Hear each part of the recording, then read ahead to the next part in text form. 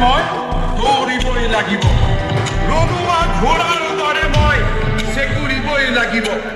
জন্মভূমিৰ সুৰক্ষাৰ বাবে এই ৰণ লাচিতৰ হৈ আমি যুঁজিবই লাগিব।